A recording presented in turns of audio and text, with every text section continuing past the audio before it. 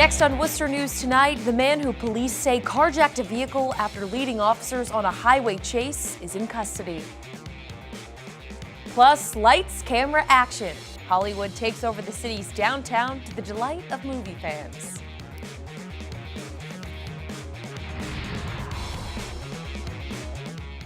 First tonight, we begin in Worcester, where police have arrested the man who got away after an early morning chase and carjacking. Good evening and thanks for joining us. I'm Anna Botari. Massachusetts State Police troopers and Worcester police officers took 28-year-old Donald Foy into custody after another chase, which ended in a foot pursuit on the roof of a building in the Chandler Street neighborhood. Officers had set up surveillance in the area this evening after searching for Foy throughout the day. The Spencer man was first stopped by police in Webster early this morning. The pursuit began there and ended in Worcester's Kelly Square. Our Chandler Walsh has those details. A man sends police on a chase from highway to highway. It began in Webster early Thursday morning when officers noticed a truck with unregistered plates. Dispatchers informed the officers the driver is known to police. There was some officer safety concerns, and that's all I'll say about that, but he did radio that to the officers, so they were aware that it was a little bit more than just a routine car stop. Webster police followed the driver onto 395 where they stopped him, but before he could be cited, the Spencer man drove off, grazing an officer with his truck's mirror. No injuries, fortunately, but he did have to jump into the slow travel lane on 395. Webster and Oxford police briefly followed the 28-year-old. At one point, it looks like stop sticks were deployed or were going to be attempted to be deployed, and the driver went into the northbound lane on 395, going the wrong way. Mass State Police then joined the pursuit. They deployed stop sticks, damaging Foy's truck tires. They say he then went on to 290, traveling in the wrong direction, crashed, and forced another driver out of his vehicle with a handgun. My husband and I were walking up the Harrison Street Bridge going over the highway, and we saw all the cruisers getting on the highway. The chase continued into the Kelly Square area of Worcester. A woman who didn't want to go on camera says she saw the driver just before police lost him. It was scary and exciting at the same time because I've never seen anything like that. Chandler Walsh, Worcester News Tonight. Parts of downtown Worcester are shut down Thursday as crew films the movie Honest Thief. Production in the city started around Veterans Day, and seeing Worcester's role on the silver screen is still exciting to some. Our Cam Jandro has the story. Worcester's AC Hotel becomes a set for Liam Neeson film Honest Thief.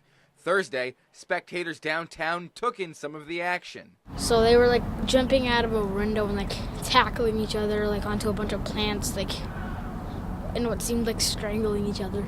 Stuntmen could be seen on the outer ledge of the building getting ready to jump. For some, it was their first time seeing a Hollywood movie being made. It was really interesting to see how they do it because, normally it's so fast when you're actually watching the movie, but here you see how slow everything goes and how it'll take hours to get like 5 minutes of film. So it's really interesting to see how they do it all.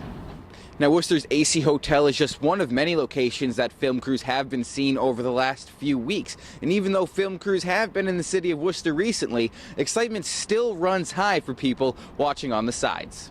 I've never seen anything like it. Yeah, it's really great. I'm sure it's wonderful for the economy, but it's cool to see Hollywood, movie magic here in Worcester.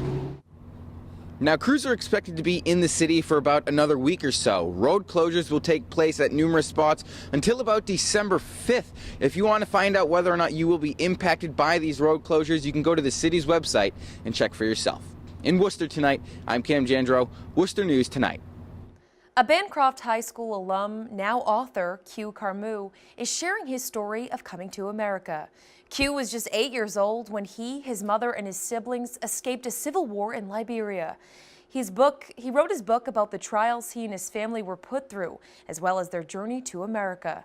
Q is the first Worcester City scholar to go to Bancroft and says attending the high school was his opportunity to start over. It wasn't until after attending grad school he decided to open up and share his story. Through our testimonies, other people can be healed. So somebody might be reading this book who is in a very bad place right now, but because of how we've been able to overcome, they might be inspired to know that life is not over just because of your condition. Students from Bancroft helped Q with his process by reading the draft manuscript. Now the students will have a chance to see the places discussed in the book. Going to be bringing us to Liberia and hopefully going to see all the places that Q talks about in the book and meeting the people, especially his mother, who the story really focuses around. For more information on Q's story, you can visit his website at witnessliberia.com. The cold weather is here, which means the need for coats is great. Tonight, Representative David Moradian hosted his annual Bundle Up the Blackstone Valley Coat Drive. Dozens filled the room at the Grafton American Legion Post 92 to sort through the hundreds of coats collected. Moradian says each year the fundraiser has grown, with local organizations helping out, as well as police departments. He says any donations help. For any coats. In the calls that I made to the local schools who felt the need for the coats, and to the local organizations, the DCF office in Northridge, Piece of Bread in Northridge, they said that they're looking for any coats. So anything we can do to get coats in their hands is a good thing. Moradian says they anticipate they'll be giving away more than 500 coats. If it seems like we've been getting a lot of rain this fall, it's because we have. The National Weather Service ranks this November as one of the wettest in Worcester's recent history. And with the holiday season here, all the rain is having an impact on area's Christmas tree farms. Our Rosalind Flaherty visited one in Auburn today and has the story. Luck's Tree Farm in Auburn has sold Christmas trees for 56 years. In all that time, they've never seen a fall with so much rain. Very tough trying to gather all the greens here and get things going and set up. The National Weather Service says this November is the second wettest in Worcester since 1976. The city has had 10 inches of rain. Tree farm owner Richard Luck says he's worked hard to minimize any problems for his customers. When the frost came out of the ground, I put some tops down to keep the mud down for everybody walking, and worked out well. Luck says the rain actually helped the trees become healthy and green this year. There's a lot less brown on them because all the wind and rain we had knocked the old needles off earlier. The 15-acre tree farm has about 7,000 trees for people to cut down on their own. Luck says this weekend will be a big one for people getting into the holiday spirit. He suggests wearing appropriate shoes because you never know what the ground will be like. No high heels, no sandals, because it's a little treacherous out there.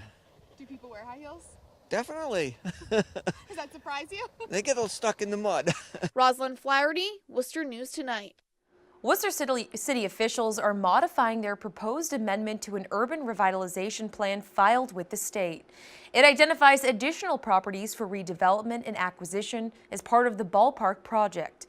According to the city, the amendment was filed quickly in order to keep the project on schedule.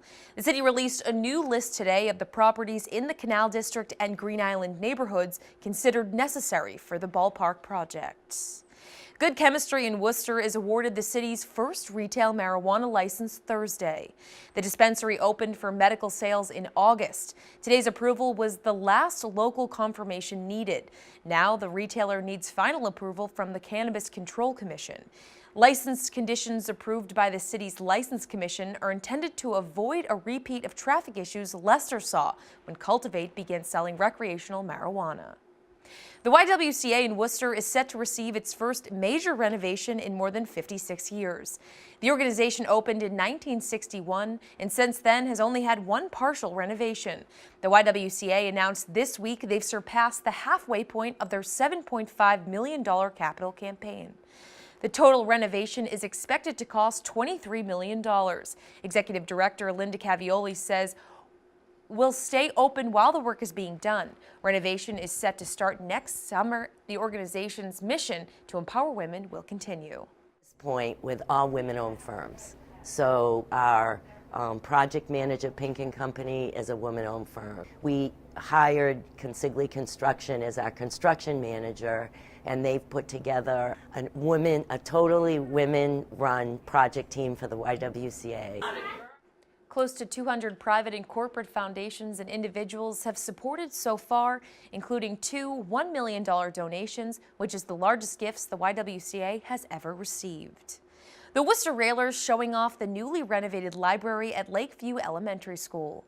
Thursday, 2 players got a chance to read a book to students and answer questions about playing for the hockey club. The Railers and several organizations spent time this past summer updating the room in the more than 100-year-old building. Principal Maureen Powers says it makes it more exciting for students to come and visit. As there's, relationships being built, kids are learning new things about teamwork, about skating, you name it. It was really important for us to kind of focus on a project that we thought would really benefit the kids in the area. And first thing that comes to mind, of course, is reading and the importance behind that and education and how everything stems from that. The Railers say the library now resembles the inside of the team's locker room.